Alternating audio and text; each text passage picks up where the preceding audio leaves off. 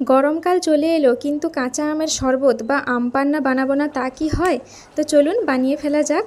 এই যে দুটো আম নিয়ে নিয়েছি এবং এগুলোকে আমি বয়েল করে নিয়েছি। আপনারা চাইলে এগুলোকে আপনারা আগুনে পুড়িয়েও ফেলতে পারেন। এরপর আমি পুরো আমের খোসাটাকে ছাড়িয়ে নিয়েছি আর আটিটা ফেলে দিয়ে বাকি আমের যেটুকু অংশ আছে ওগুলাকে মিক্সিতে গ্রাইন্ড করে নিয়েছি।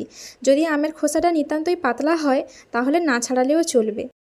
এখন আমি একটা বোলের মধ্যে 1 চামচ চিনি আর 2 চামচ মতো ওই আমের মিশ্রণটা দিয়ে ভালো করে চিনিটাকে মিশিয়ে নিয়ে ছাঁকনি দিয়ে ছেঁকে দিয়েছি, যে কারণে আমার এই মিশ্রণটা একটু বেশি পরিষ্কার লাগছে। আপনারা চাইলে নাও ছাঁকতে পারেন।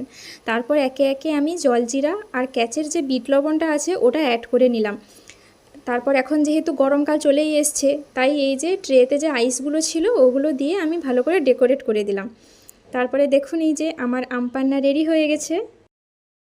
এই গরমে আপনারাও বাড়িতে বানিয়ে খাবেন। আর বাকি যে মিশ্রণটুকু আমার বেশি হয়েছিল এটাকে আমি রেখে দেবো ফ্রিজিং করে। আমার যেহেতু স্টিলের কন্টেনারগুলো ছিল তাই এগুলো রেখে দেবো। বাই।